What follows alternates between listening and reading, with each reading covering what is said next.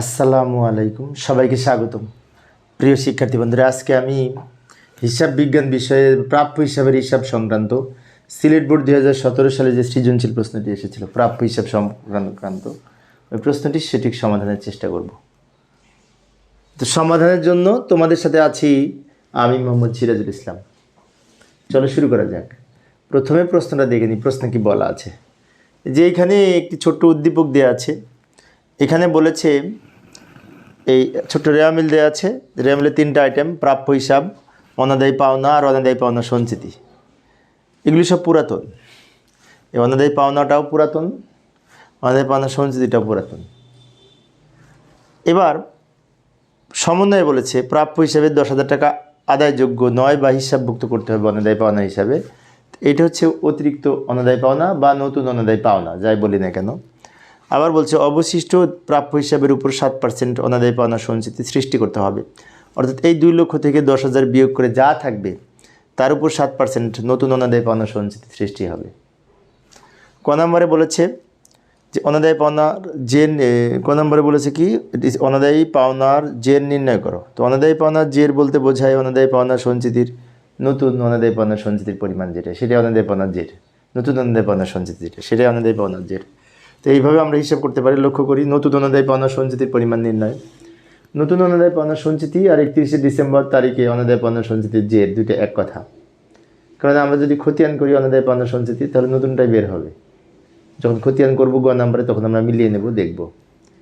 তো নতুন অনাদায়ী পাওনা সঞ্চিতি কীভাবে নির্ণয় করব? প্রথমে দেনাদার কত আছে দেখব, 2 লক্ষ টাকা। 2 লক্ষ টাকা লিখব। এখান থেকে এই যে অলিখিত অনাদায়ী পাওনা বাদ যাবে। অলিখিত অনাদায়ী পাওনা এই যে এইটা 10,000 সমন্বয় যেটি আছে ওটা বিয়োগ হবে। বিয়োগ হয়ে 1,90,000 হলো। এই 1,90,000 টাকার উপরে আমরা নতুন অনাদায়ী পাওনা সঞ্চিতি 1,90,000 টাকার উপরে 7% হিসেব করব। তাহলে 1,90,000 গুণ 7% হবে এই টাকাটা। আবারও বলছি, লক্ষ্য করি নতুন অনাদায়ী পাওনা সঞ্চিতির পরিমাণ নির্ণয় করতে হবে।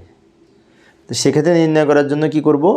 ওই যে দেনাদার বা প্রাপ্য হিসাব ছিল সেখান থেকে অনাদায়ী পাওনা সঞ্চিতি যেটা হিসাবভুক্ত করতে হবে বলেছে ওইটা বিয়োগ হবে। বিয়োগ হয়ে যেটা থাকে তার উপরে এই পার্সেন্টেজ কাটলেই নতুন অনাদায়ী পাওনা সঞ্চিতি বের হবে। এটা ছিল ক নাম্বারের উত্তর। খ নাম্বারের জন্য কি বলেছে দেখি। খ নাম্বারে জাবেদা করতে বলেছে। জাবেদা, তো জাবেদা করার সময় আমরা 3টা জাবেদা করব। এখানে প্রথম জাবেদাটা হবে এই যে এই অনাদায়ী পাওনা 15,000 আর অনাদায়ী পাওনা নতুন আরও। তো এবার আমরা এই ছকের মধ্যে জাবেদা করব। 2016 সালের ডিসেম্বর 31 তারিখ দিয়ে এই যে অনাদায়ী পাওনা কত টাকা? 25,000 টাকা রেওয়া মিলেছিল। আবার অনাদায়ী পাওনা নতুন আছে আরও 10,000 টাকা। তো মোট অনাদায়ী পাওনা কিন্তু এখানে 25,000 টাকা। একবারে 25,000 টাকা নিয়ে জাবেদা করা যায়, আবার 2টা আলাদা আলাদাও করা যায়, কেননা 2টার জন্য সেম জাবেদা। তো অনাদায়ী পাওনার জন্য জাবেদা হচ্ছে অনাদায়ী পাওনা অবলোপন করতে হবে। তার মানে অনাদায়ী পাওনা সঞ্চিত হিসাব কমে যায় এটার ফলে। তাই অনাদায়ী পাওনা সঞ্চিত হিসাব ডেবিট আর প্রাপ্য হিসাব ক্রেডিট। এটা কেন হলো, তাই না? আমরা লিখবো যে এটা কেন হলো। বিষয়টি আবার বলছি, লক্ষ্য করি। অনাদায়ী পাওনার ধার্যের ফলে অনাদায়ী পাওনার সঞ্চিতি হতেই তো অনাদায়ী পাওনা ধার্য করা হয়। ফলে অনাদায়ী পাওনা সঞ্চিতি কমে যাবে। সেজন্য অনাদায়ী পাওনা সঞ্চিতি ক্রেডিট ব্যালেন্স কমে গেলে ডেবিট, আর এটা প্রাপ্য হিসাব থেকেও বিয়োগ হয়, তা প্রাপ্য হিসাব ক্রেডিট। আমি আর একটা বিষয় আবারও বলছি, এরকম সেম জাবেদা 2টা করা যায়। সেক্ষেত্রে এই 15,000 টাকা নিয়ে একটা করব, 10,000 টাকা নিয়ে একটা জাবেদা করব, একই জাবেদা। কিন্তু আমি 2টা যোগ করে একবারে করে দিয়েছি। একবার করলেও হবে, একই জাবেদা। তোমরা যদি এটা 2টা করো, এটা একটা নিয়ে তাও হবে, সমস্যা নেই। এবার পরে আরও 2টা জাবেদা করব। সেই 2টা জাবেদা আমাদের অনাদায়ী পাওনার নতুন অনাদায়ী পাওনা সঞ্চিতি, পুরাতন অনাদায়ী পাওনা সঞ্চিতি বিয়োগ করে বিয়োগ করে একটা টাকা হবে। সেই টাকাটা নিয়ে আমরা পরপর 2টা জাবেদা করব। যেমন এইখানে অনাদায়ী পাওনা ছিল 15,000 যোগ নতুন অনাদায়ী পাওনা সঞ্চিতি বাদ পুরাতন বিয়োগ করে আমরা পেলাম 20,800 টাকা। যেমন আমরা ওই আয় বিবরণীতে লিখি না, অনেক সময় আয় বিবরণী করার সময় অনাদায়ী পাওনা যোগ নতুন অনাদায়ী পাওনা যোগ নতুন অনাদায় পাওনা সঞ্চিতি বাদ পুরাতন অনাদায় পাওনা সঞ্চিতি, যোগ বিয়োগ করে একটা টাকা হয় না, সেই টাকাটা নিয়েই মূলত এখানে দুইটা জাবেদা করব। প্রথম জাবেদাটা করব অনাদায় পাওনা খরচ ডেবিট, অনাদায় পাওনা সঞ্চিতি ক্রেডিট। এই যোগ বিয়োগ করে যে টাকাটা পেয়েছি 20,800 টাকা, ওইটা নিয়ে। পরের জাবেদাটা করব এই অনাদায় পাওনা খরচকে বছর শেষে আয় বিবরণীতে স্থানান্তর করতে হবে, মুনাফা জাতীয় আয়সমূহ। তার জন্য জাবেদা করব আয় বিবরণী ডেবিট, অনাদায়ী পাওনা খরচ ক্রেডিট। অর্থাৎ এখানে যে ডেবিট করেছিলাম সেটা ক্রেডিট হবে, আর আয় বিবরণী ডেবিট হবে, মানে আয় বিবরণীতে স্থানান্তরের মাধ্যমে এটা বন্ধ করে দিলাম। টাকা হবে 20,800। বিষয়টি আবারও বলছি, লক্ষ্য করি। প্রথমে আমরা অনাদায়ী পাওনা নিয়ে জাবেদা করব। অনাদায়ী পাওনা দুইটা ছিল, দুইটা অনাদায়ী পাওনা একসাথে যোগ করে আমরা জাবেদা করতে পারি। অনাদায়ী পাওনা সঞ্চিতি ডেবিট, প্রাপ্য হিসাব ক্রেডিট। আবার এটা পরপর দুইটা জাবেদা করলেও হতো, একবার 15,000 লিখতাম, একবার 10,000 লিখতাম, আবার একটা করলেও হয়। জায়গা সেভ করার জন্য একটা করেছি। এরপরে এই যোগ বিয়োগ করে যে টাকাটা পেয়েছি ওইটা নিয়ে দুইটা জাবেদা করব, এই দুইটা। তো এটা ছিল খ নাম্বারের জাবেদা। গ নাম্বারের জন্য আবার উদ্দীপকে ফিরে যাব। গ নাম্বারের জন্য উদ্দীপকে ফিরে এলাম। গ নাম্বারে বলেছে অনাদায়ী পাওনা খরচ হিসাব এবং অনাদায়ী পাওনা সঞ্চিত হিসাব প্রস্তুত করো। তো আমরা অনাদায়ী পাওনা খরচ হিসাব প্রস্তুত করব। এই যে খতিয়ানের ছক অঙ্কন করলাম, এইটা হচ্ছে এই নিচের উত্তরের অংশ, যে গ নাম্বারের উত্তর এখান থেকে শুরু। কিন্তু আমি একটা কাজ করেছি, এই অনাদায়ী পাওনা সংক্রান্ত দুইটা জাবেদা ছিল প্রশ্নের মধ্যে, সেই দুইটা জাবেদা আমি উপরে লিখে রাখলাম। ওই খ নাম্বারে জাবেদা করেছি না, ওই খ নাম্বারের অংশ, এই জাবেদা দেখে দেখে আমি খতিয়ানগুলো তৈরি করব। তারিখ লিখব 2016 ডিসেম্বর 31। প্রথম জাবেদাটা লক্ষ্য করি, এখানে বলা আছে অনাদায়ী পাওনা ডেবিট, অনাদায়ী পাওনা সঞ্চিতি ক্রেডিট। তো এখানে নাম লিখব, যেহেতু অনাদায়ী পাওনা খরচ হিসাব করতেছি, তো অনাদায়ী পাওনা খরচ হিসাবে ডেবিটে টাকা লিখব, আর নাম লিখব উল্টাটা। অনাদায়ী পাওনা সঞ্চিতি নাম লিখে টাকা লিখব ডেবিট দিকে, ডেবিটের টাকা ডেবিটের জেরে ঘরে বসাই দিব, জের তো আমরা পারি।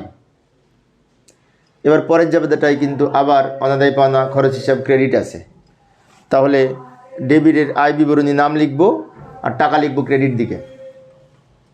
এটা থেকে এটা বিয়োগ করে 0 হবে, মানে অনাদায়ী পাওনা সঞ্চিতির উদ্বৃত্ত আমরা আয় বিবরণীতে যেহেতু স্থানান্তর করেছি, স্থানান্তর করার মাধ্যমে সমাপনী জাবেদার মাধ্যমে বন্ধ করে দিয়েছি, তাই এটার উদ্বৃত্ত 0 হবে। এবার আর একটা খতিয়ান করতে বলেছিল, অনাদায়ী পাওনা সঞ্চিত হিসাব। তো অনাদায়ী পাওনা সঞ্চিত হিসাবে ছক অঙ্কন করলাম এবং ওই জাবেদা হতে জাবেদার কিছু অংশ উপরে লিখে রাখলাম। এটা দেখে দেখে আমরা এই অনাদায়ী পাওনা সঞ্চিত হিসাবটা প্রস্তুত করব।